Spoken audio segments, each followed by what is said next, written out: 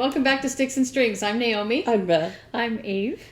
And we're back. It's mid-September.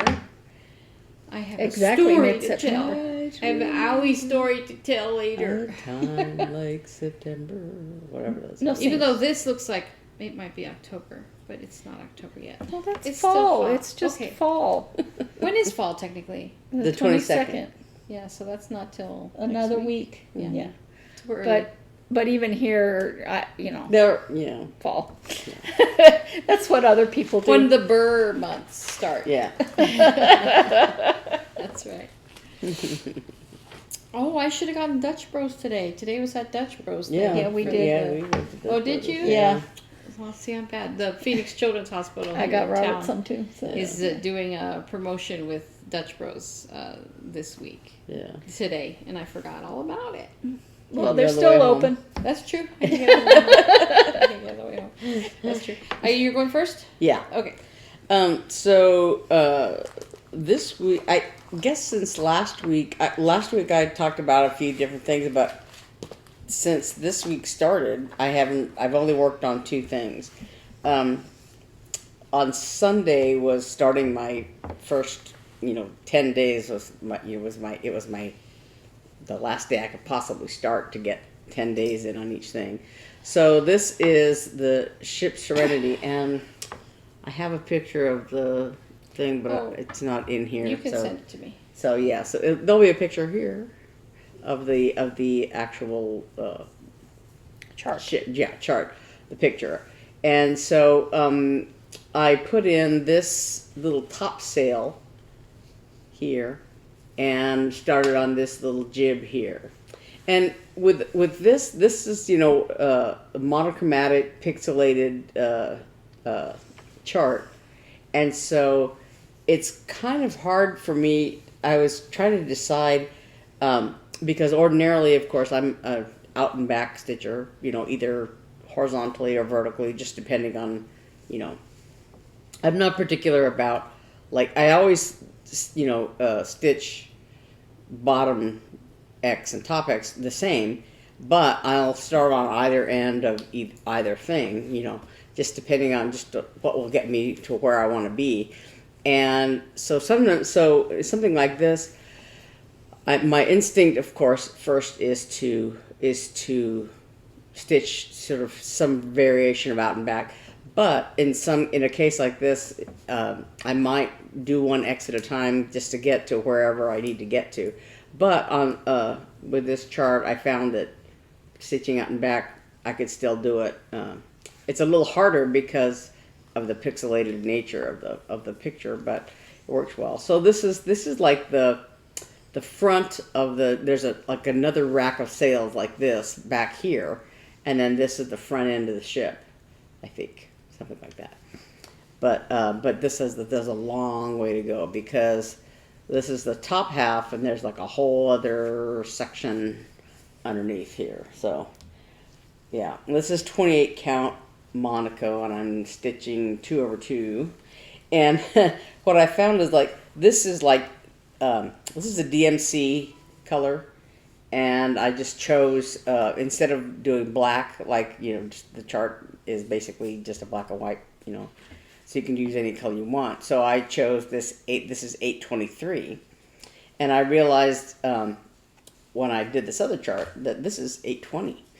This blue here is 820. So there's very little difference. And as a matter of fact, I found this little piece of thread, and I know I had taken it off of one of these bobbins but I was working on both of these at the same time. I mean, this one for a few hours in the morning and this one for a few hours at night or whatever. And so at one point I had taken there were some shorter threads that they were, long enough to keep, but too short to really use, for ongoing things, but I don't remember which bobbin I took it off. You gotta get under some good light. So I just threw it away. It's like, I don't know which one it came off of. And the colors are so close.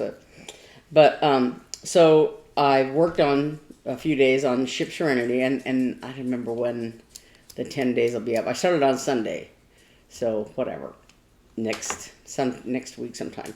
But then this is the bookmark that I'm doing for our friend Byron that's doing our memorial service for our dad.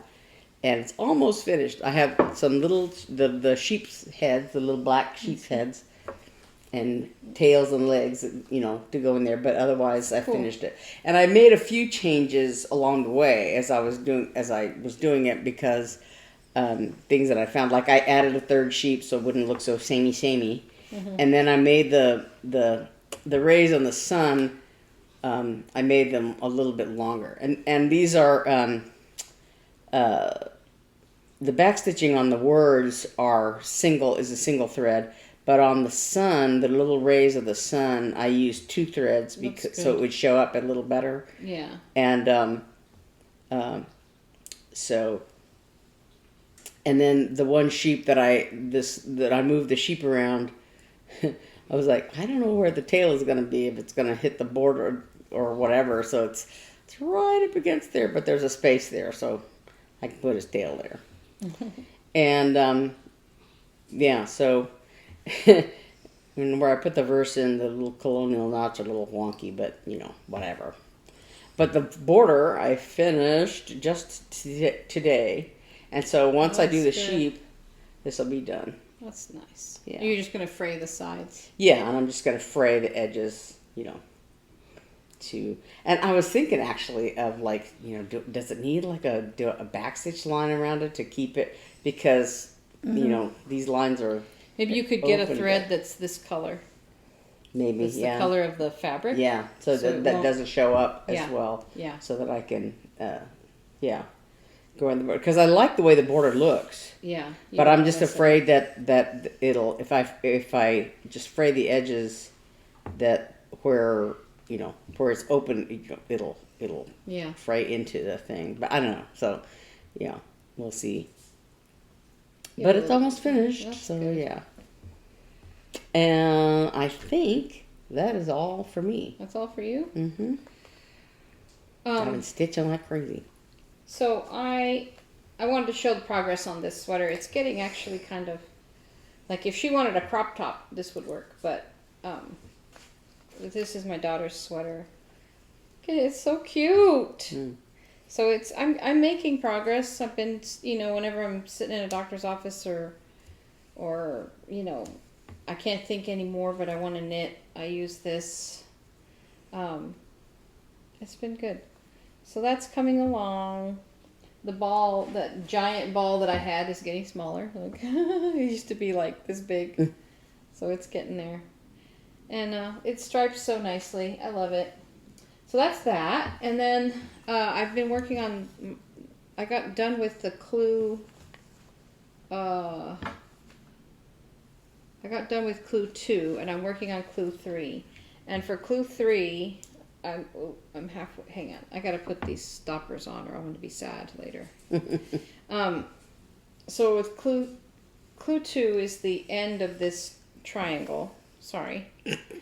And then you take one side. So I use, thank you, Vicki. I used your needle to hold these stitches. So you hold all the stitches on one side of the triangle, and you hold those for later.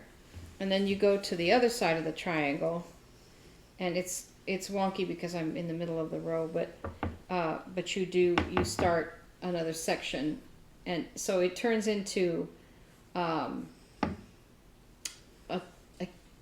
don't know what the name of the shape is.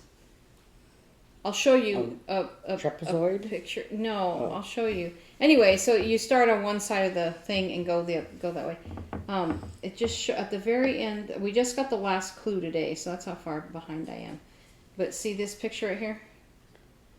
That's the shape of the shawl. I'll put up so this is the original triangle, and then there's 2 sides. You knit one side this way, so what shape is that? Parallelogram? You're the guys that took Here, I think geometry. I didn't. Hold on. Yes, I did, but it was a bazillion years ago. What's the name of that shape? All you geometry, I can't remember. Or unless that's a trapezoid. That's what I said. I don't know. Yeah, it's a trapezoid. So this V I'm guessing. is what just ended clue 2. And then clue 3 and 4 are this way, and 5 and 6 are that way, or whichever way.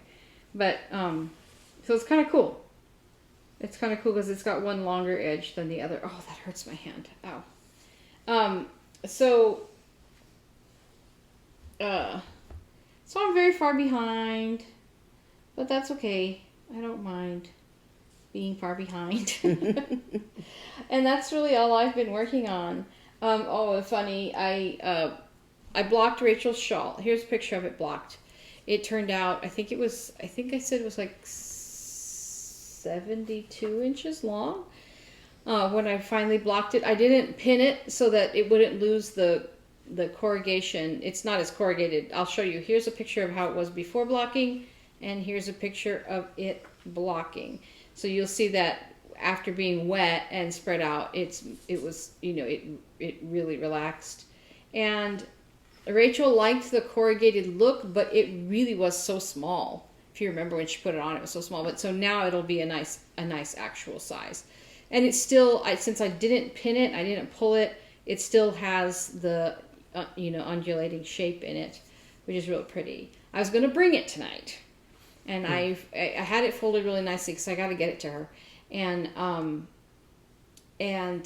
I put it in one of my Tempe yarn and fiber paper bags, intending to bring it tonight and show it here, and I forgot it on the dining table. So when I pulled it over here, I pulled up to the house, I was getting my stuff out. I was like, oh, I forgot Rachel's shawl. And then I was like, oh, because the wool hunter is loose, So I had to call my husband and say, you need to get up right now and go into the dining room and get that bag and put it somewhere inaccessible, because that cat will get into that bag and pull it out and tear it to shreds.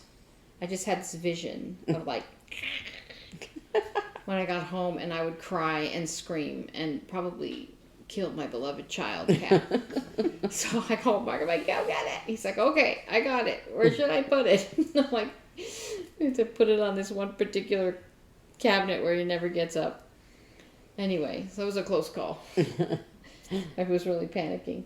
Because that kid, he'll be sleeping on the bed, like in Hannah's room when I'm working in there. He'll be sleeping so sweetly. So I get up and I think, it's probably okay. I'm just going to run to the bathroom, or I'm just going to go out for a second. And I come back. It's like he waits for me to leave the room, and he gets up in my box, pulls down a thing of yarn, and I'm like, I left you for 2 seconds and you were sound asleep. Mom's gone. I'm going to get the yarn. So that's actually all I have to talk about.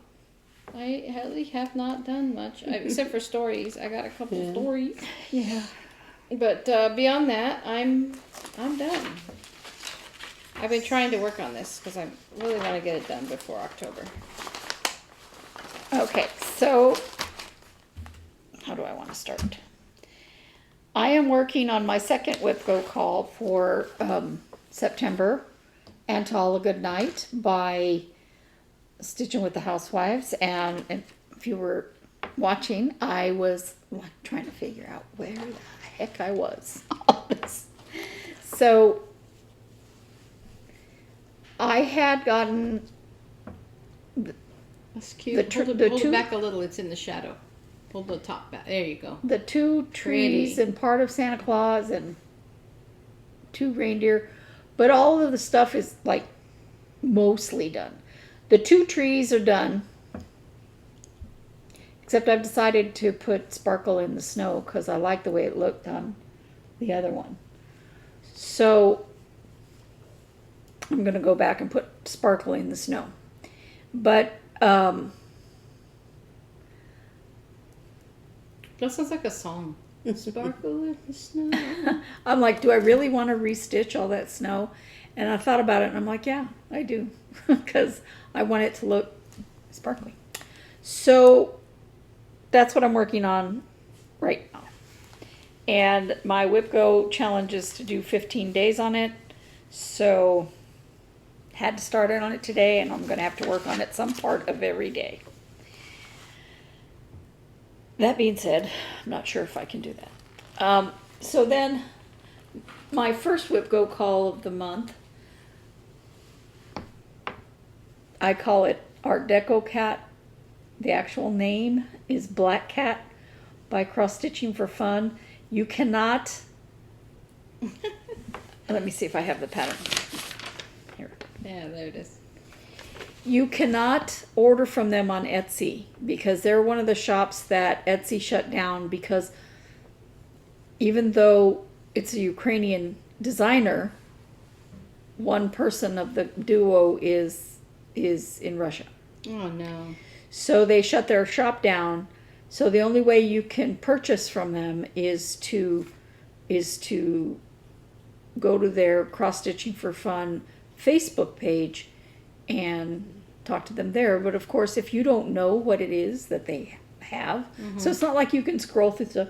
You know, in the Facebook page, you can go through and see some of the more recent stuff, but it's not like the same thing as having their inventory in front of you. Poor things.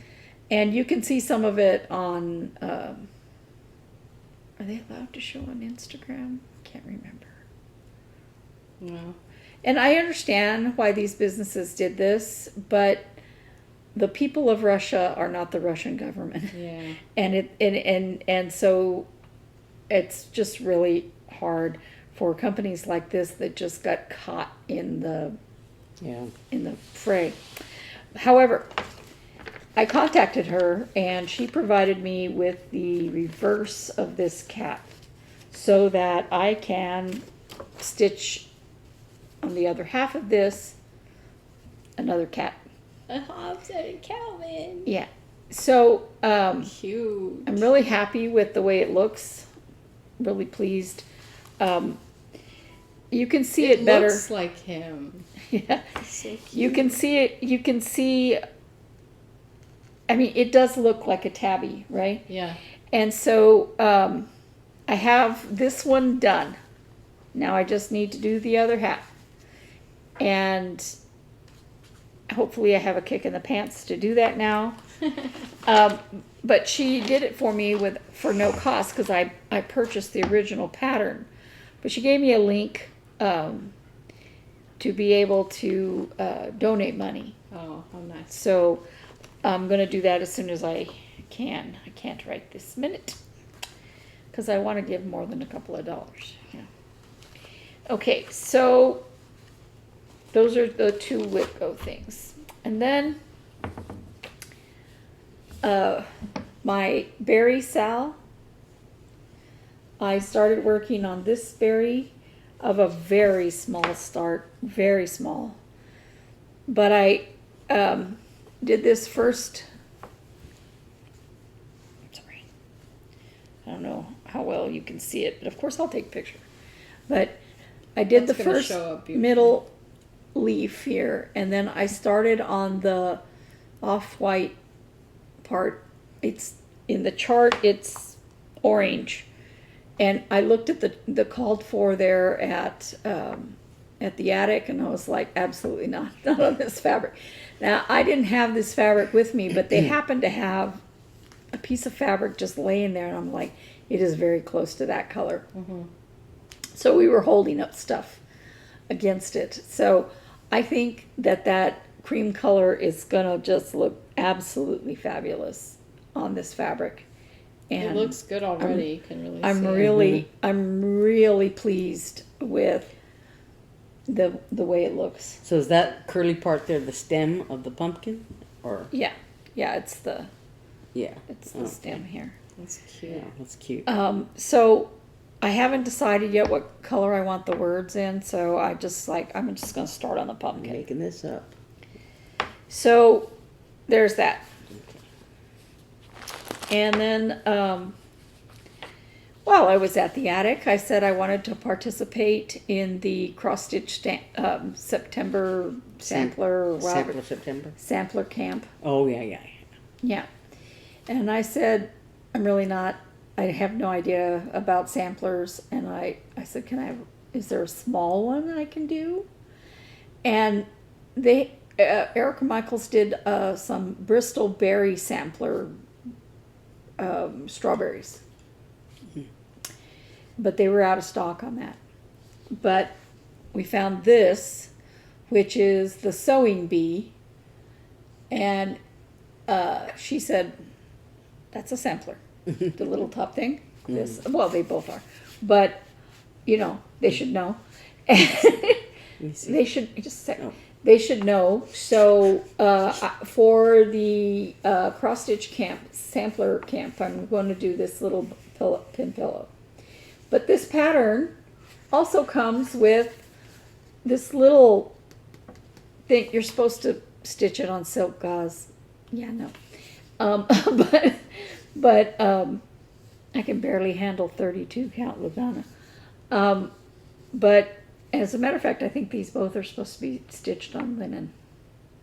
Sorry for my scratchy voice. I have no idea why it's scratchy. But now I need to find a wooden scissor block to put that on. Oh, cute. Yeah. Can I see, Patty? Yeah. Now, then you can show Beth. Okay. But this is my Oh, so very this is the small sampler. start, and I don't know It's if got a she's going to berry. show here, but it's this little like honeycomb thing on the side, and then there's another little honeycomb thing on this side. It's a very small pin pillow. Oh, how nice. That's cute. Yeah. Because I needed more patterns, right? And it has a berry, which you love. Yes.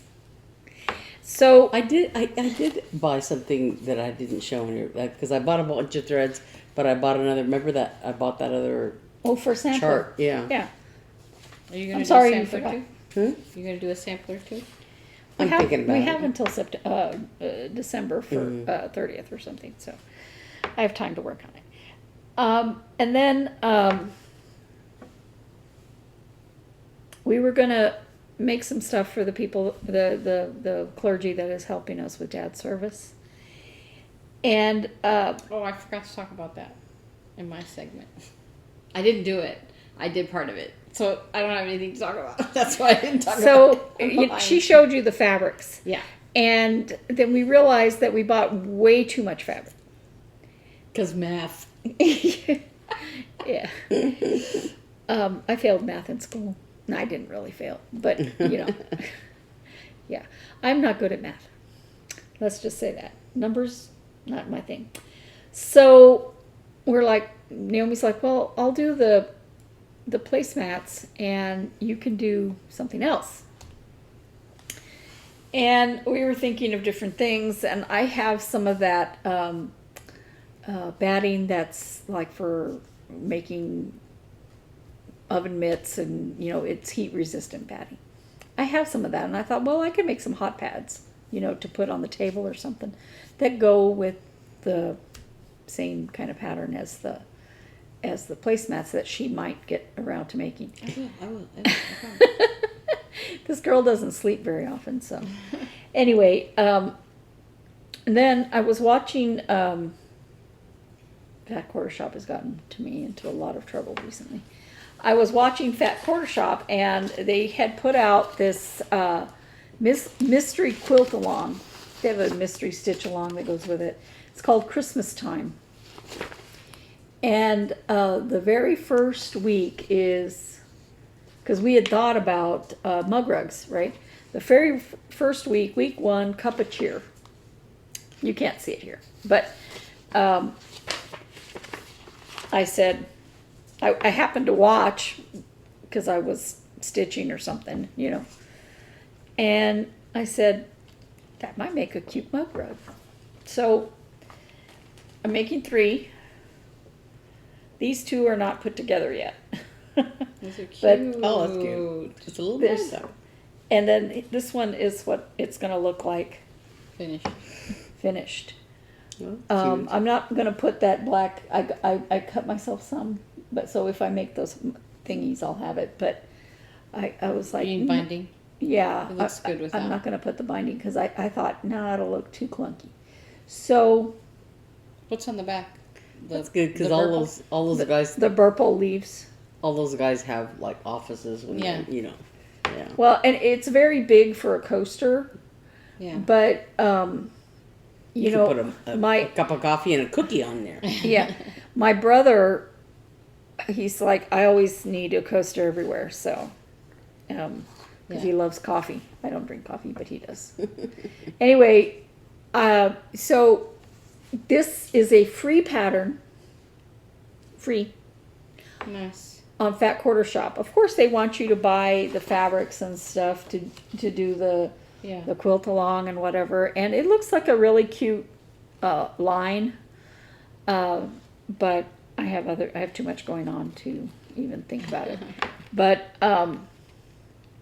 and it's just like, I think it's going to end to be a very small, like throw size, like baby, I don't know, little quilt. But the first one was Cup of Cheer, and I was like, yeah, that's what I need. And she goes, this would be good. I can see people doing a whole quilt of these little cups because they're cute, right? Yeah. And the pattern does not have this on top. I'm assuming that when you sew it into the whole quilt, that there will be sashing or something up it. But I was going, it doesn't look right. So I put one You on added there, a and it's a strip. lot thinner, but what? You added a strip above it. That's good. I like it. So I'm gonna, on there, SEW. So you're gonna. I'm gonna send her a picture of them when they're done. Yeah. Because she's like, I'd be interested to see you guys doing, and I'm like, you inspired me to make some mug rugs. Yeah. So there's that. And then I think I talked about this, but I didn't actually have it yet. This is, again, I was watching Fat Quarter Shop. I had wanted to, I watched their Flosstube and also their quilt stuff. Because they're long and I don't have to keep Finding something else to watch. Yeah. It's not that I don't like watching floss tubes, but after a while you're like, okay, I'm running out of something to watch. Anyway, it wasn't Kimberly that was showing it. It was somebody else. This, I wanted to make a t-shirt quilt of my dad's shirts. And I had even selected some. I'm going to have to select some more, but to make a t-shirt quilt. And I had seen on Missouri Star, I had seen a video on how to do it. And they pretty much did it the same way that this tells you to. But this is kit. That's nice. And this kit comes with the batting, it comes with the sashing, it comes with a little template for marking where to cut the shirts. That's cool. And so all I have to provide is the shirts and the thread. Mm-hmm. And I was like, sold. Nice. And it was not, it's a quilt kit, okay? It's not cheap. However, it comes with all of the interfacing for the backs of all the That's nice. shirts. I And, need to get some of that. I have t-shirts for And- Rachel. I need to and it do comes, that for. the batting comes in either navy, black, or red. So you can choose You mean between. the sashing? Sashing, sorry, the sashing. And it's Nice. Already the cut. sashing's right here, and it's folded, so you just stick the t-shirt thing already in. Oh, nice. It's like a quilt as you go kind of project, and which is what I wanted to do. I wanted to quilt each t-shirt, not put it all together and then try to quilt the whole thing, because t-shirt fabric sucks. And I mean, to try to sew on later. And so That's cool. it has these little, the sashing has little things that you put it in, and then you just sew over it. And I was like, Nice. yeah, that looks good. That looks easy. Sounds good. So I'm going to watch it again and then read the instructions. And, I figured if I do 2 t-shirts a day or 2 blocks a day, because it's 12 blocks. yeah, 12 block. And they tell you to do it reversible. So different t-shirts on the other side. Oh, Because you're going to have a backing of it anyway, and why not have another t-shirt if you have them? I see. but I figure if I do I didn't know two such a thing existed. as what? I didn't know this something like that even existed. That kind of I didn't kit. either. I'm just neat. surfing the quilting and cross stitch kind of stuff, and I saw that and I went, That's exactly what you need. yeah. And if I had gone and bought batting and sashing And interfacing. and interfacing, I'd be paying close to the same thing, and I wouldn't have the little template thingy. So,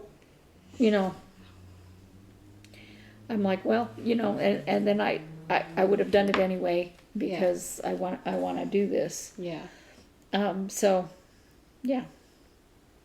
So that's all I've been working on, and related to what I've been working on, I have a small story. All right. So I was working on this, and I went to get the thread, and it just disappeared, the needle. My son, who can usually spot my needles for me in 2 seconds, even looked for it. He goes, I don't know where it is, Mom, it's gone. After searching for it, I took apart the couch and found it inside the couch. I like to try to look until I find it because I don't want the dog poking herself on it or something. Well, this, I had 15 stitches to do before we started filming today. And I sat down to do that. Doggy. Speaking of Rogue, dog. come here. Come here, honey. Come here. Be quiet, baby. You gotta be a quiet dog. And I have it in... Go see Eli. Go see Eli. I have it in a bag similar to this. And when I went to take it out, the thread, the tail end of the thread caught in the zipper. Now, it was the tail end of the thread, right? So, how did I lose the needle? It was threaded. How did I lose the needle? And I looked all over inside the bag. I looked around where I was. Poof. No needle. That's the one you found in the couch? No, this is the second time in 2 days on this stupid thing. and I have a large, heavy needle minder that I have upside down on the table in front of where I stitch. And if I have a needle that I finish with or whatever, I stick it on that magnet. And so I picked up one of those needles and finished this, but I still have to go figure out where the heck that needle went. And I tore apart that bag. I was like, it has to be in the bag. It has to be. Yeah. And it's not.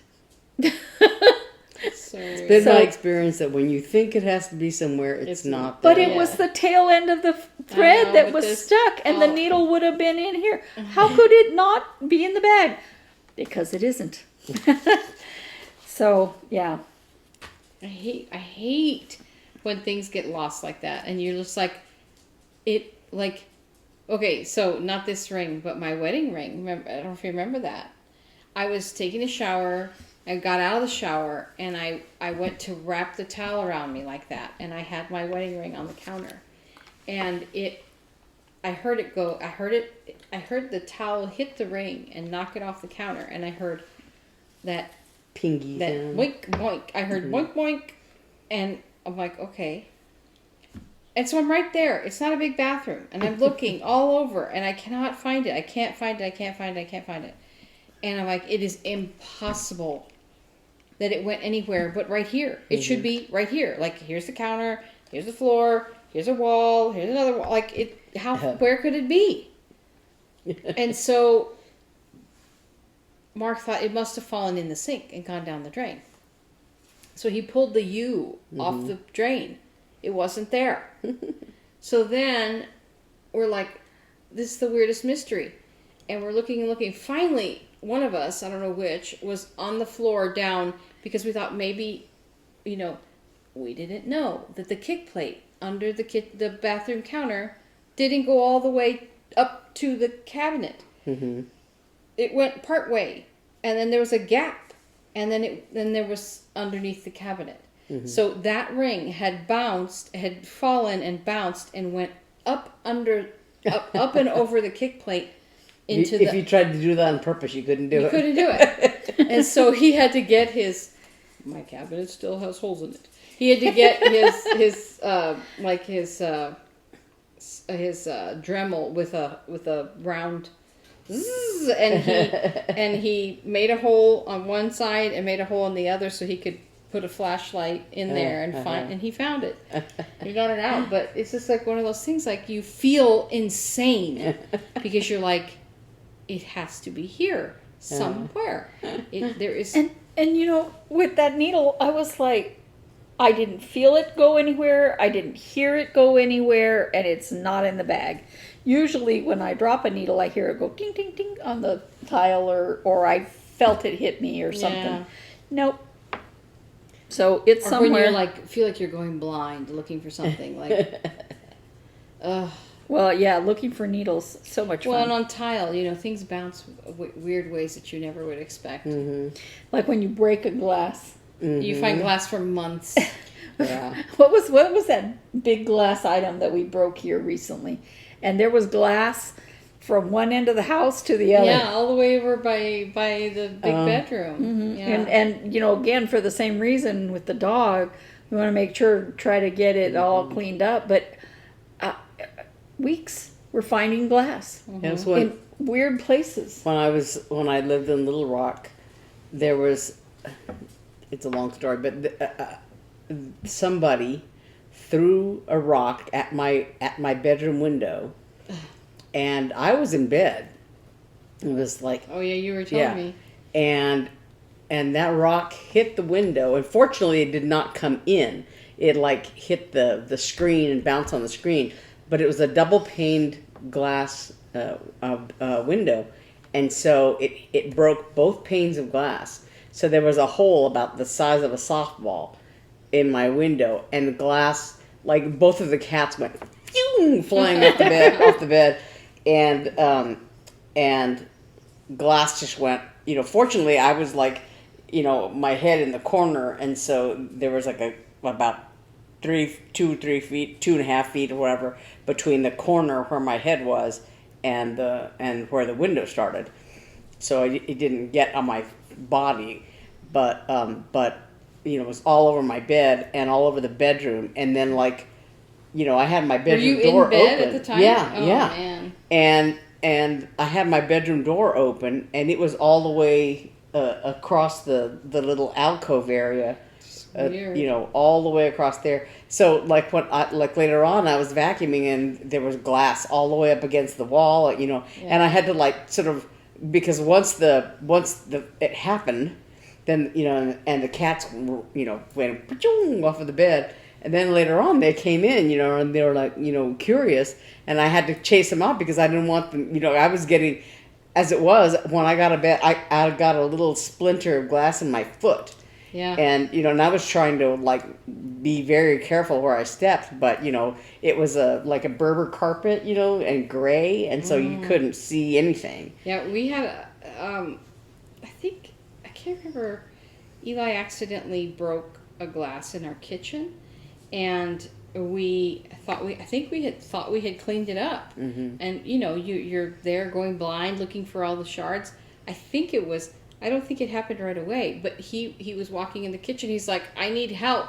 And he was holding onto the fridge door and he had stepped on a piece of glass that we didn't see. Mm-hmm. And it went right into his heel.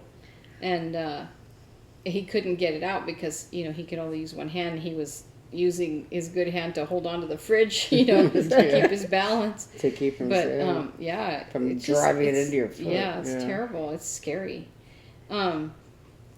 Speaking of glass, Great transition. So my office, the front doors of my office have, from the elevators into our office, have two big, heavy glass doors that they swing both directions, and their glass is probably, I don't know, an inch, 3/4 of an inch thick. It's that really heavy glass. And I used to work there 7-8 years ago, and back then we used to keep this door kind of, everyone would keep it locked for most of the day, and everyone used this door. And because everyone's been using this door for 100 years, the closing mechanism on it is weak. So if you walk out, it doesn't close like it's supposed to. Like this one will. If you walk out this door and just let it go, it goes whoop, or the opposite way. This one, you walk out and let it go, and it goes whoop, whoop, whoop, whoop, whoop, whoop, whoop, like that. And it makes this obnoxious sound. And people still go in and out that door. But so we have both doors unlocked right now. So I don't know why they didn't used to unlock it. They just didn't. But now they both are. And so this one behaves, and this one is obnoxious. So I always go out the behaving door now because I hate that sound, that rah, rah, rah, rah, sound that it makes. But so I was going to go to lunch, and there was a whole bunch of people in the lobby, and they were all going out, and they were going out this door, the swingy door. And I was going to go out the good door, but I was backing out because I was talking to my friends. So I was backing out like this, and I kind of opened the door, and I remembered something I wanted to tell them. So I came in again, and I knew that even though that good door doesn't swing, it was going to swing shut, and it was going to hit me, right, in the backside. And so I just instinctively put my hand behind me like this to just catch the door from hitting me. And when I did that, some folks had gone out the other side, and so the door had swung in. I guess that's what happened. And then it went to swing back out again, and it caught I thought it just caught this finger, but I think it caught all three because these are also achy. But it really smashed this finger across the tip like that. And it hurt so bad, I could not breathe. I thought I was going to pass out. And my HR manager happened to be walking through. She's like, what happened? And I was like, I get my finger, and that feeling you're just like so... When it hurts so bad, you're like, I'm going to throw up. Yeah. And I went, she took me into the kitchen. She was like, let's see if we have any ice. And she's like, we don't have any, but they have some frozen water bottles. So she gave me that. And she found a first aid kit, which had an instant cold pack, but neither one of us could I can never figure out how to bust the inner pocket. Oh. I think maybe it was old and it wasn't functional any longer because we could not bust it. And so I finally I had to sit down in this chair there, and I was like, I feel like I'm going to pass out. And then my arrhythmic heart was just like all over the place. And I thought, because I'm supposed to be getting that loop recorder to record my arrhythmias to see if I'm having AFib anymore or anything like that. And I'm like, I missed this great opportunity. Because my heart was off the charts wild. Well, but that's to be expected with that kind of thing happening. I finally was like, I'm just going to go to lunch and I'll get some ice. So I went over to this place. It's Yogi's, like chicken teriyaki place. And I said, can I have a cup for ice? So I got a little cup. They gave me a little water cup. I filled it full of ice and stuck my finger in there. But it has been hurting all day. And of course, I was sitting there and it was throbbing after I came back from lunch. And I'm sitting there thinking, this hurts so much.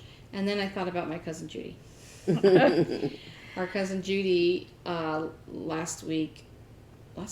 Yeah, on Sunday. This past Sunday, yeah. Almost a week ago. Tripped and fell in Albuquerque and fractured her kneecap and broke her femur. Oh, I didn't know about the kneecap. She landed right on her knee. And she said, so she had to have surgery on her knee and her femur, I guess. I don't know, her whole leg. I have no idea. And she's in rehab now, but they expect her to be there for 5 or 6 weeks. I would figure, because she doesn't have the kind of assistance at home. Well, and she And can't then they even just- she can't yeah. even walk right now. Yeah. So I texted her today, like, how are things going? She's like, my leg pain is horrible. It just throbs all the time and spasms and stuff. After And so I'm sitting there holding my finger, and I'm like, let's get some perspective here. right after she told me that my cousin had fallen and hurt herself like that, I was watching a YouTube thing from air UK? paramedics, air paramedics in the UK, and they went on some guy that on the beach had wrecked his bike or flipped over backwards on his bike or something, and he broke his femur. And this is a guy in front of many people who was screaming, and they gave him morphine or something. They gave him a lot of painkillers, and he was, if they touched him or jostled him or something, he would just be That's like, what Judy said. She's like, all the drugs that they gave her had not helped. That first day. and he, in between, when they weren't touching him or moving him, he was so out of it. So you could tell that It was drugging him, but it wasn't helping the pain. you could tell that he was heavily drugged, but there just wasn't, a break like that is, Yeah. going to be painful. I had hoped that once she got the surgery that would help, but she says that it's still really. They were going to send her to rehab earlier, but they put it off because she was in so much pain. Yeah. But now she says they're kicking her butt with PT and OT, and she's working hard, but it'll get better. Her body will heal, but Yeah. I feel so bad for her, so I was like trying to put my boo-boo finger in perspective. I really shouldn't complain about my boo-boo finger. So Judy, if you're watching, this is a shout out to you. I feel so bad for you. Yeah.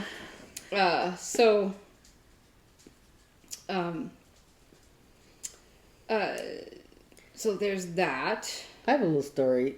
One of the things I just started doing this September is our church has a conversational English class. So it gives people who are learning English a chance to just practice or to learn about Sayings, like expressions, like Madonna, the lady that was leading our group, was talking about off the top of your head, and then she explained what off the top of your head means, and things like that. But anyway, so we were talking about, I don't know what, insurance and all kinds of stuff, but at some point, I don't remember in what context, I talked about Hannah. And I think I said, my sister and her daughter Hannah plays the violin and blah blah blah blah blah. Oh, I think we were talking about foods, different restaurants and things like that. And so the ladies in this particular group, I think they're all from Japan. But so they were talking about Japanese food, and I was talking about how in Little Rock there was a Chinese restaurant that I went to all the time, but that here in Phoenix I don't really know a similar place. But so I said something about my niece Hannah, about some that ramen restaurant that we went to. But then but anyway, somehow in the course of the conversation, I had mentioned that she plays violin, blah blah blah. I think I was talking about Dad's memorial and how she was gonna make a recording, whatever. And so there was a girl a young lady, I should say, in the group named Keiko, and she goes, wait. Your sister, her daughter plays the violin. She's Hannah is her name. I said, yeah. She goes, so is your sister Naomi? And I said, yeah. And she goes, and she said it's with Jing, right? Or whatever with Jingers. And so I said, yeah. And she said, yeah, I know her. So her name is Keiko. She's skinny, has long hair, and she's relatively young. I don't know, but Does one of her kids study with? I don't. She didn't say, but she wow. knows you. So I don't know if she knows you from church or she knows you from through Jing or whatever. Oh, wow. But yeah, So I was like, wow, you know, I didn't realize I knew her. How But she, funny. yeah, A so lot of people know me just because of my kids. yeah. But And the other thing was that we went Wednesday, was it? That we went to Lane Bryant, Yeah. and because I wanted to get a nice dress for the memorial yeah, service. it was Wednesday. And I found one actually very nice. I need to iron it and fix it up and all that, but I'm trying to keep the cats from touching it. But I don't remember where we had gone somewhere, and I'd gone to the bathroom wherever we had gone, and then when we got to Lane Bryant, I thought, I really kind of need to go to the bathroom again. And so the only place, they didn't have a public restroom there at Lane Bryant. There was one over in Michael's. 2 stores down. Yeah, not next door, but the next one. And here in Phoenix, it's not been particularly hot, but it's very humid. Where Yeah. were you at the Lane The Bryant outlet? up there by the hot dog restaurant, Tempe Marketplace. Oh, Tempe Yeah. Marketplace. And so I went into Michael's, and of course the restroom is like in the very back of the store, and it was hot in the bathroom, and I was like sweating up a Bathrooms are storm. the worst. And then I walked back to Lane Bryant, so I was overheated already. Lane Bryant doesn't have a bathroom? Uh-uh. I'm sure they have one. Yeah, I'm sure but they have one, don't but have one that not they'll for the let you public. use. Yeah. Sheesh. They And never so- have, not even before the pandemic. And so and of course when I got to Lane Bryant and I had to go to the bathroom, I thought, I don't want to have to go to the bathroom and try to be looking at clothes and stuff like that. So like you can't you can't think when you do that When you're dancing. Yeah. So anyway, I had. So by the time I got to Lane Bryant, I was hot anyway, and then I was walking around the store, and it was hot in the store, and so I was trying to see, well, maybe this dress, maybe that'll work, maybe and so I went in to the dressing room to try these, and so I'm sweating like a dog, and I'm like, Their dressing room was really hot. it was very stuffy, and so I was trying to not to be sweaty on those clothes that I was trying on, because you don't want to sweat on something that somebody else might try on or whatever. But so I did find a dress that I liked, and but so when I came out, I guess Eve's like, you look like you're gonna pass out. She was pale. She looked like somebody had poured water on her. Yeah, I had sweat dripping off of the sides of my hair here. were Even wet. another lady there she's like, you need to sit down. Yeah. Another customer, and the one of the employees brought her some water, and they're like, turn the fan towards you. Yeah. And I mean, I was like, am I gonna have to I didn't call really. ER? I didn't really feel She bad, didn't but I was realize sweating how, like a. She didn't realize how Awful she looked. awful she looked. I was like, You're not doing well in heat lately. You better watch out. yeah, I was like, oh my, and Well, that was one of the things we were talking about in that conversational English class, was about the difference between, emergency rooms and ERs. I mean, ERs care. and urgent care. Yeah. And and all that kind of stuff. I was just thinking, oh, I probably needed if you had, I think if we had left it any longer, if you had continued to just stand there and sweat any longer, I think you would have passed out. I mean, I'm not kidding how bad it looked. I was just like, oh my God. Because I was hot. I was uncomfortable. Yeah. But, Yeah. And she had walked, when we got there, we had some trash. And so she walked almost to Michael's to a trash can. And then she walked into Lane Bryant almost to the back. And then she said, I need the bathroom. So she walked back out and back all the way to Michael's and then back all over the back of the store. And it wasn't, low 90s, but the humidity here has been unusually high. I was surprised. I thought you would have gone to the Lane Bryant. I mean, it's probably bigger there. To the Lane Bryant over at the outlets. Right down here. I didn't know there was a lane Brian here. Yeah, remember I've taken you there. That's where we went. We were, But it's small though, yeah. and it's outside too. It's Yeah. the same thing. It would have been more walking, but Well, yeah, because you park. But you in at that least get a giant parking breeze. lot. Yeah, Yeah. yeah, and there's a Dairy Queen there. yeah. Yeah, and that food court is right there across the Yeah. way. Yeah. But Yeah. So it was, yeah, Oh, it man. was pretty miserable. so But I did find a dress, which well, is that's I need to. I haven't. See, that's another thing I wanted to do this weekend. So I gotta- now I was thinking, I don't know if my shoes look good. Oh no. I ain't taking you anywhere. No, but Yeah. I have to I mean, I got a text from my fishing guy. So the other day I texted him. I'm like, just checking in. How are things looking? And he's like, looks like it's going to be fine.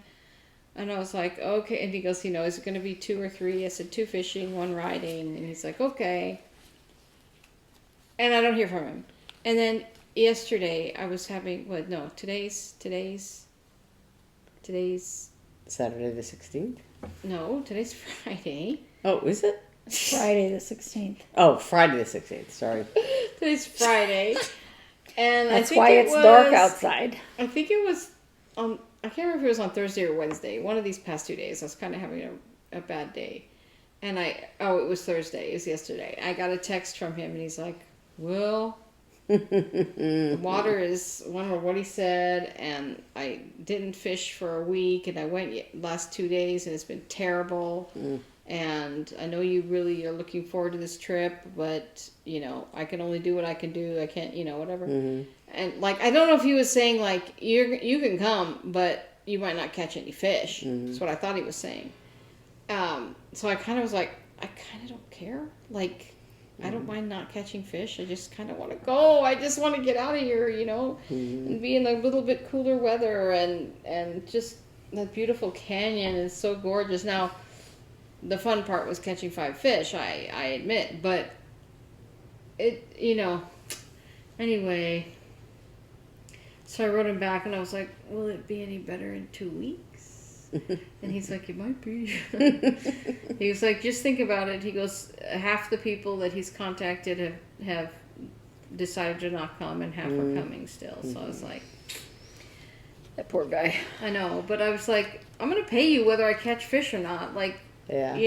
I guess he was just trying to warn me, like, it won't be very Don't get your good. You hopes might up. not catch anything or whatever all day, which, that's A lot of the drag, fish but- died this summer, didn't they? Well, he said there were some deaths there, yeah. But it's because Lake Powell is such a mess. I watch the radar, I watch it go. I'm like, please go rain in Lake Powell. So everybody pray for rain. Page, Arizona, Lee's Speaking Ferry, of Marble lakes Canyon, going Grand down. Canyon. So traditionally, bad people like to submerge stuff in lakes and bodies of water to hide their crimes. Yes. And Arizona, even though it's been very humid and we have had a lot of rain, still many of the lakes in the state are very low. And they have been finding some interesting things. in Yes. those Bodies, lakes. Yes. cars, Yes. weapons. Yeah. Remember when Tempe Town Lake drained out? Yeah. So we have a municipal lake that is man-made, and the way that it was dammed up was very weird. It was giant rubber balloons made by Goodyear tire people. It's very strange. And these balloons were like put on one end, of this area to dam up a river and make a lake, and it's called Tempe Town Lake.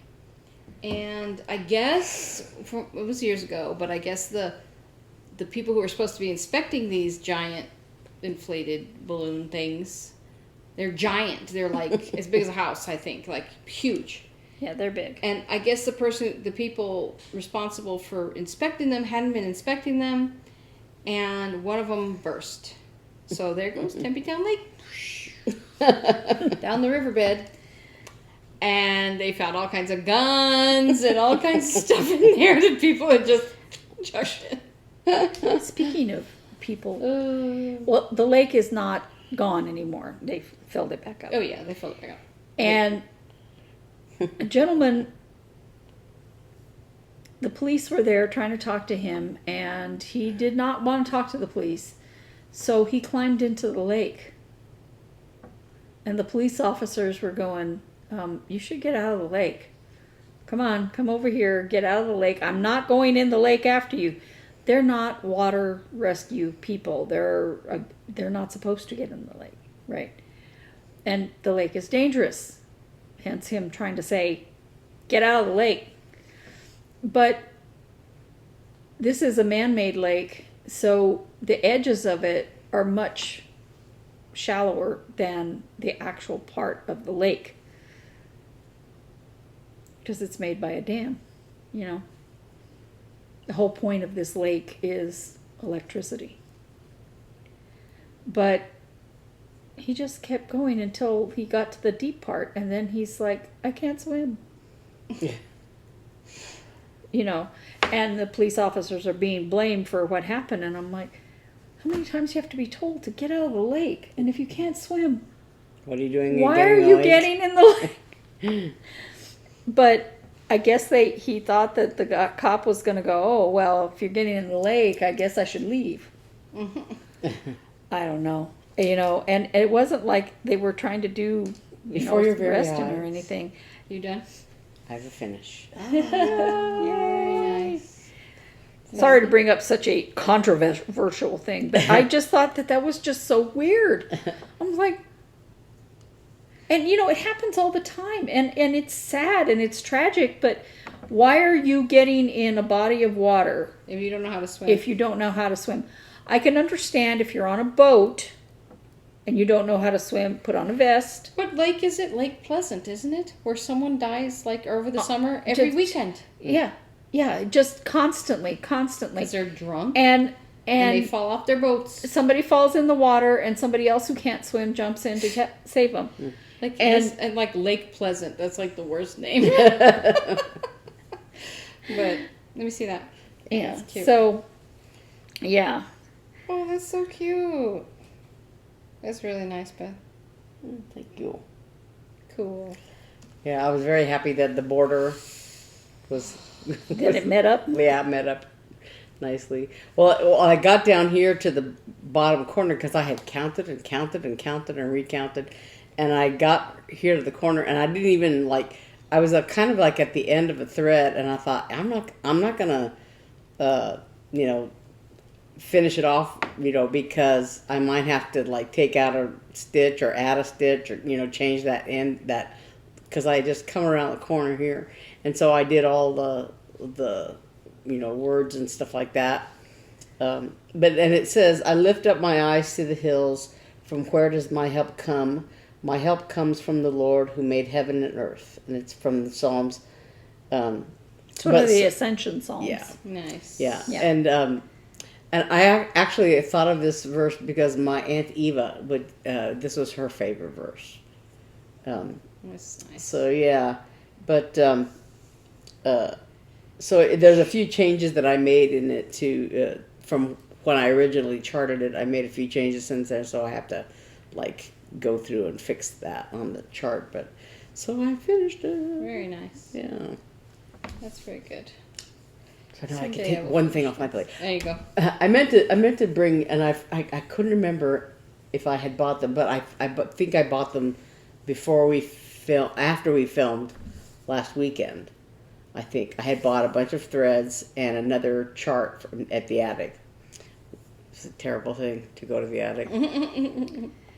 When, you know, I didn't really have, I had gone a week or two before, and I had bought a chart, several charts, and so when we went this past weekend, I, you know, wrote down a whole bunch of threads and stuff, and some of them I think I already had, but I went ahead and bought them anyway, just, you know, because I wasn't sure. Some of them I knew I had, and some of them I wasn't sure, and I thought, well, you know, you can always use another skein of a certain colors, but so yeah, so I had a whole bunch of threads, and another one of the loose feathers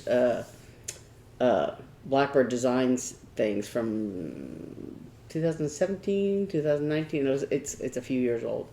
But I had bought one last time, but then I bought another one this another time we were. It's called.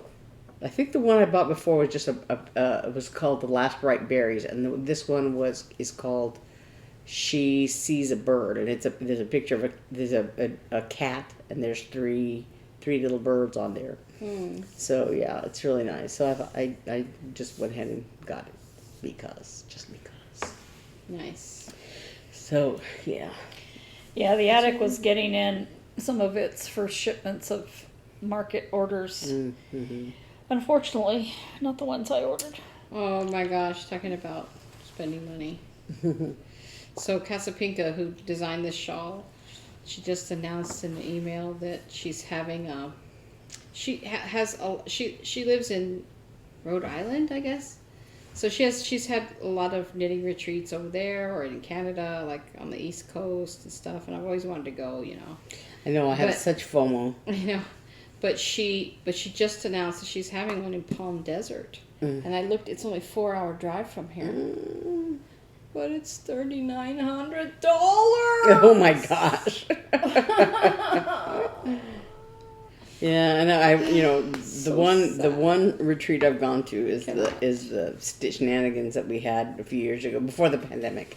Yeah. And I want to go so bad. and so yeah, I'm just dying to go to another. But, well, you know, they have the sampler or the summer school thing at the attic. Well, that's fun. Yeah, and it's like all these people that I've watched on Flosstube that are from different parts of the country are like, I was at the attic, and I'm like, oh, I was right there. Oh.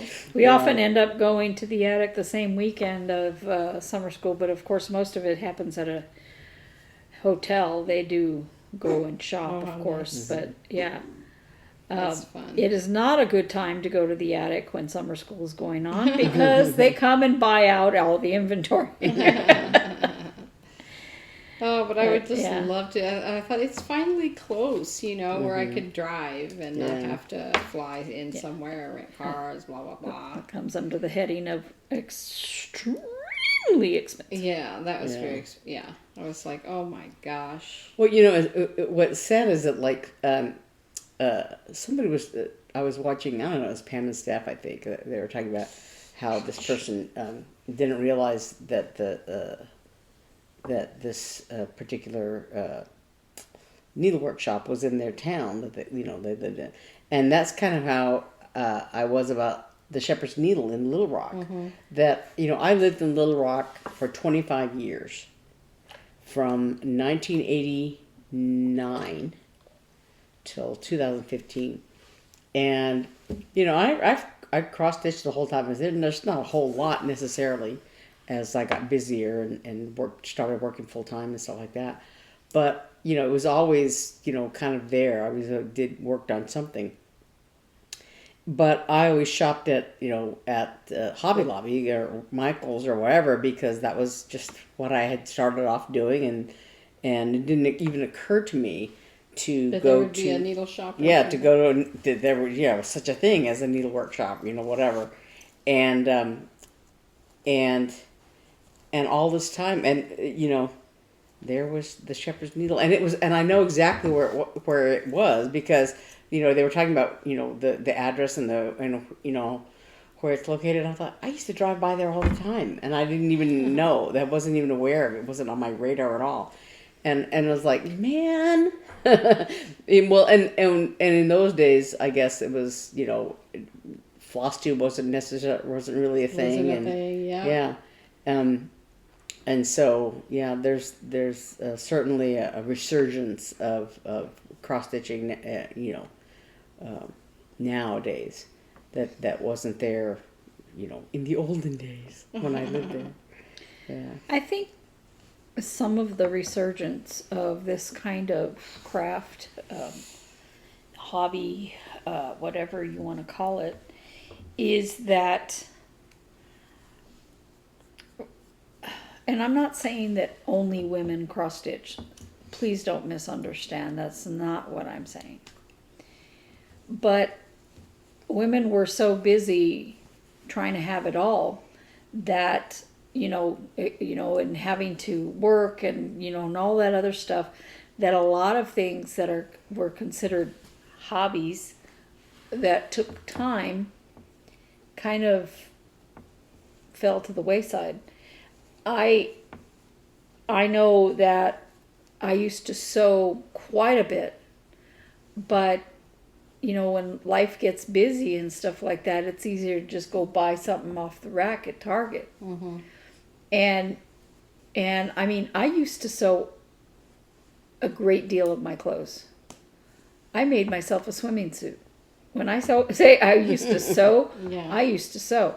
But, in trying to have a job that has enough hours so that you can afford to eat, you end up foregoing that kind of stuff. And then it's when you have time, like a lot of the pandemic forced people to slow down. Yeah. And they're going, you know what? Why did I put this down? I really enjoy doing this. Mm-hmm. For me, what was hard was that everything I did taxed my hands, because I played bassoon. I played it, for a living, and that was my career, was, playing an instrument. And then also, once I started working full time, I was on the computer all day, and then, cross stitching. So my hands would I could do it a little while, but then I would my fingers would get numb and all that stuff. So I just was, taxing my hands a lot. And and even I remember one time I used to go bike riding a lot, and I had done this multiple sclerosis fundraising ride, and it was over 2 days. It was the MS 150. Went 150 miles over 2 days. So on the second day, of course, I had been on the bike all day the day before, and they had little rest stops every 10 miles or whatever, and my hands were my hands and fingers were just going numb all the time. So I'd take one hand off and shake it out, and I'd get the circulation going in, and I'd take the other hand and shake it out, and by the time this one felt good, this one was numb again, and I remember I stopped at one of the rest stops, and I was talking to the medical guys, and they put some little stick-on foam on top of the foam on my bike handlebars, which was breaking down. On my gloves, the foam padding in my gloves was flattening out and breaking down. And so at one point, I didn't want to stop. I didn't really, my legs didn't feel tired or whatever, but my hands were wearing out. And I thought, I had a concert, this was on Saturday and Sunday was the ride, and I had rehearsals the next week, starting on Tuesday or whatever. And I thought, I'm not going to be able to play. I don't want to damage my hands and not be able to play, So at one point I had to, ride in a sag wagon. But then I did the last few miles. I got back on the bike and rode in. But I was for probably at least 20 miles, I think. Yeah. I was riding in the sag wagon. But so out of 150 miles, I think I got a sag wagon ride for about 10 miles on the first day, because I had it was a long story. I had a mechanical issue with my bike, but so and I said, well, I'm going to take the sag wagon now because it goes up this big hill, so I'm gonna ride, and I can ride down the hill. But so yeah, so out of 150 miles, I probably rode 110, 120 miles. I don't know, of the 150, but. So yeah, it was pretty exhausting. But I was worried about my hands, and so I would cross stitch some, but not big marathon, hours like I kind of do now. I take a little more time nowadays than I did. I think then. I think people understand and value, the handmade aspect of things. Yeah, people used to look down on handmade stuff, and now they're like, well. It's actually better. I mean, It's certainly not cheaper. No. But it is, you know, a That's lot, better. you know, if you love to create things, you don't want to create crap. You want to create something that's nice and that's Yeah. going to last, you know. Yeah, of course, there's people that just slap stuff together, but overall, somebody who enjoys crafting and making things, you know, they put attention into it. And it's like people think that quilts don't cost very much, and they see how much they cost, and they're like, well, why does that cost so much? You put that many hours into something, see how much you want to That charge. and then the cost of the fabric. fabric and Well, just like I was saying, that kit, yeah. I'm like, That's I would have spent at least that buying all the pieces. Yeah, that's what's nice about things like punch needle and permanent stitcher, you know, or like some of the ornament issues or whatever that, you know, you may or may not like, you know, it's like an ornament issue of or something, you know, for Christmas or Halloween or whatever, you know, these special issues that these like just Crossstitch magazine or other magazines like that come up with. And if you find 3 or 4 charts that you like, it makes it worth worth the cost of the magazine because any chart that you buy, you know, costs $9, $10, $12, whatever, you know, and you're paying, you know, a certain amount for the magazine, and there's a whole bunch of charts in there, so you're getting all of those, you know, like Punch Needle and Permanent Stitcher is a great magazine because whether you cross stitch or punch needle, there's a whole bunch of charts in there that are really nice, and a lot of times they're like part of a series of, you know, 3 or 4 charts or whatever, and they're just something for everybody, and just about, you know, and there's several in there, so the cost of the magazine, you know, you're getting 3 or 4 charts that you might like or whatever. They're, you know, you'd pay a lot more if you were buying them individually. Yeah, and you know, the thing I like about no, knitting something isn't gonna cost any less. You know. But it is just about making something with your own hands, and you know, like I always joke, I could make that for 3 times as much, you know, because the cheap garbage you can buy is exactly that, or it's just the art of creation, and I think that just that simple fact, it's not always about utility. Yeah.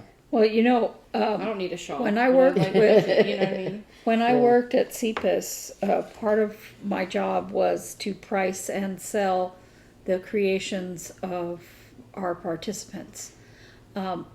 Most of it was acrylic paintings, but there was some ceramics and some other stuff, you know, that we would do, candles and all kinds of stuff.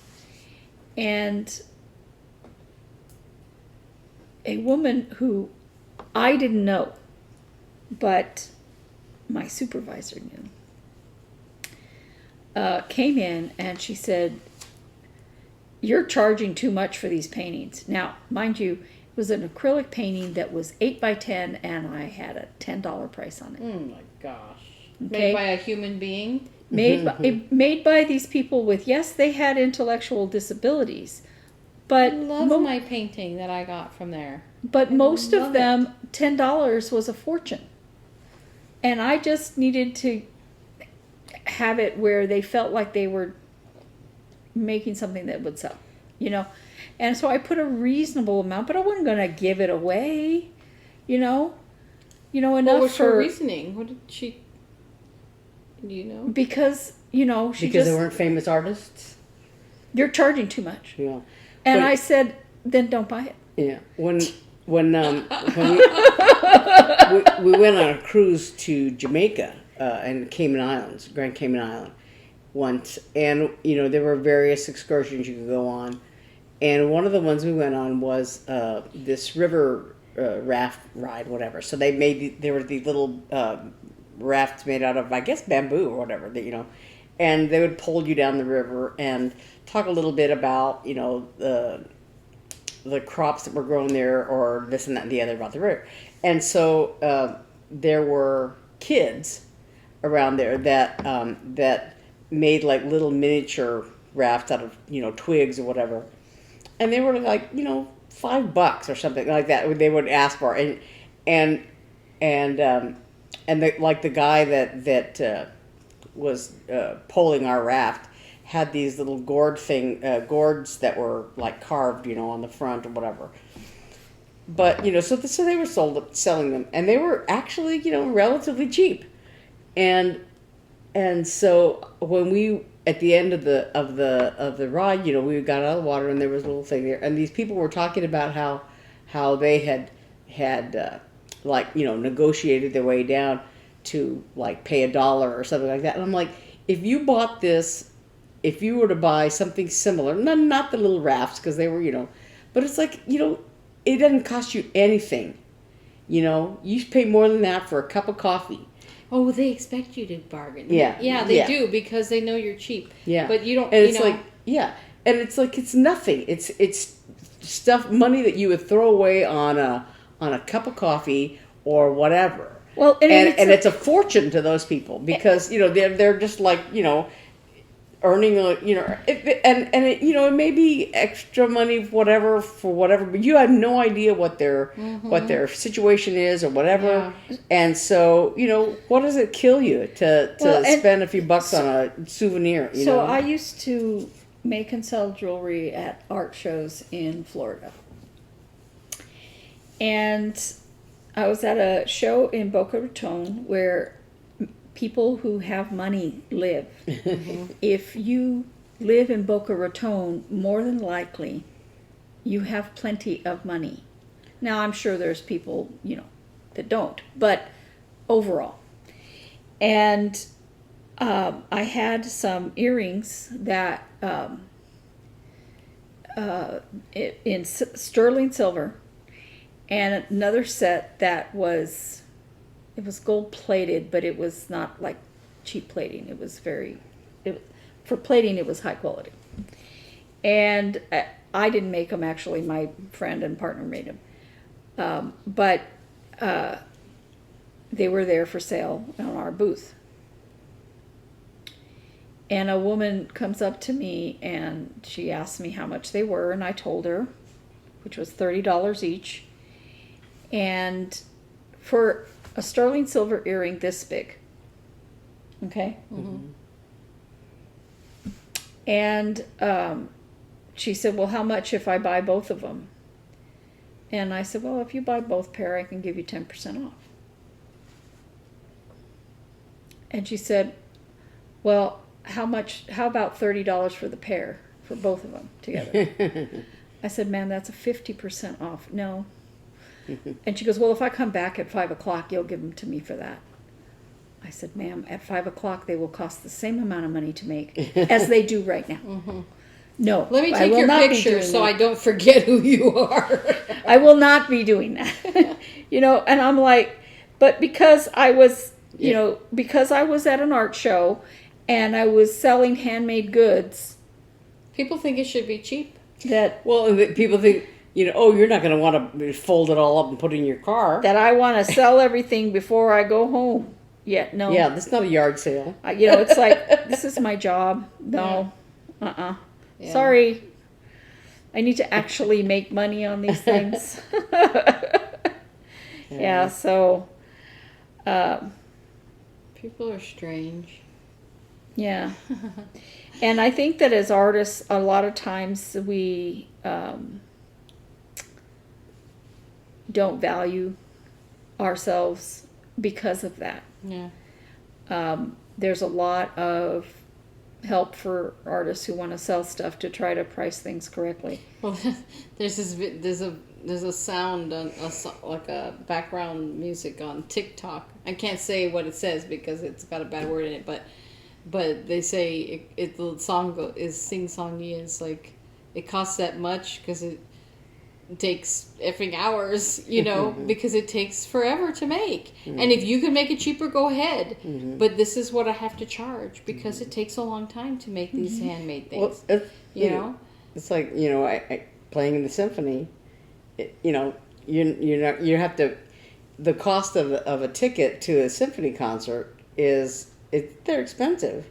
But if you think about, you know, what the orchestra has to pay for, it's not cheap because they have to pay all the musicians, and there's, you know, 75, 80 musicians on the stage, and they each get paid a certain amount. And they're all highly trained. It's Yeah, not and like they, they're and you junk. go to college to learn your craft, and then the you know, orchestra organization And they has to aren't- pay the overhead. They of aren't the, subsidized by Yeah. the government or Yeah. anything. Yeah, so you know, you have to pay for the electricity and the, you know, the hall rental and all that kind of stuff, and you have to pay the guys that put the chairs and the stands on the stage and blah blah And blah the blah soloists blah. that And come yeah, in. and the soloists that come in, they you know, cost them a certain amount, and the, you know, and the conductor's salary and the blah blah blah. You know, so there's And the poor little box office person that Yeah, that yeah. you're yelling at. yeah, and all the people, yeah, that, you know, so there's just like all kinds of you know, money aside from, you know, so you're hearing this music and you're thinking, oh, you know, and the cost of the tickets is just barely, if they charged you what it, you know, Really what it costs. really costs, you know, nobody can afford it, you know. Oh, I Yeah, have a so- funny box office story. Mm. So today a lady called in and she was getting a subscription. And I was like, okay. And she's like, can you look where I sat last year? And I was like, okay. So I go in and she's part of a household account with her husband. So I go and look at her ticket history and I see that there's already a subscription in there for this year. And I was like, oh, do you already have a subscription? And she goes, well, yeah, my husband bought one. But I'm like, and offered no further explanation. And I was like, and so this is completely separate? And she's like, yeah, this is completely different. And I was like, or it's a complete different thing or something like that. And I was like, okay. Like I would have thought, because in my mind, I thought she was going to tell me, well, he and I go to the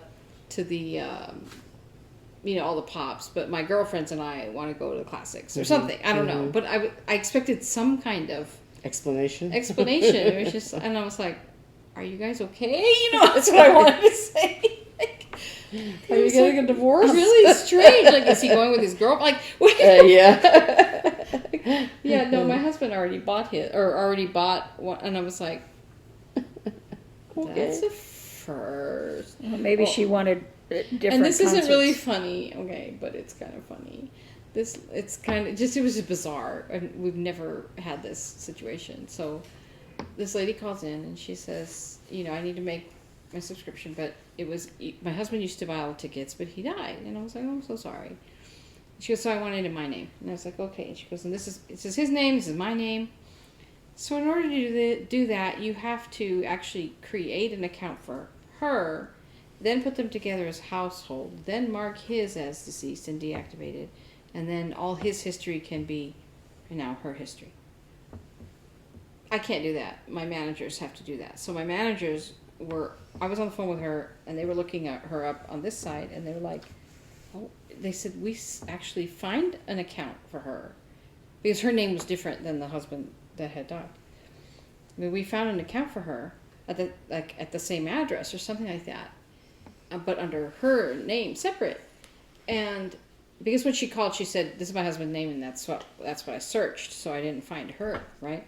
So, but that account had another man's name with her same last name, and I was like, so I said, "Well, we found an account, but it has this man's name on it," and she goes, and it's not funny, but it's sad. Oh. But it's also funny because she goes, well, that's my first deceased husband. God. I was like, oh, Poor woman.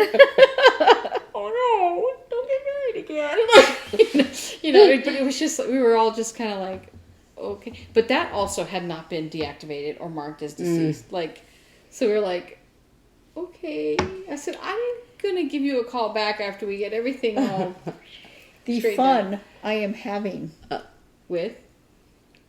taking Dad's name and putting my name on stuff. Oh, I know. So I had to call SRP today, electric company. I had to call SRP today, and they were very nice. but it's a whole lot of, well, okay, well, we're going to have to open a new account. I'm like, why? I've been paying it, you know, Yeah. from my phone, and my name is on it, and because we have to. Okay. And then, you know, Terminex. Yeah. Having to, you know, okay. So then they both came out. They've just been here. I got to pay them again. Yeah. That's okay. Because it's now, we have it marked here as a new account, but you already have termite bait down. Yeah, I know. That's what I tried to tell you. It's not a new account.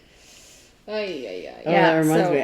I have to go back to AT&T because I had over the phone had there's something I could do over the phone. I think because with the phone bill for my cell phone, me and my dad,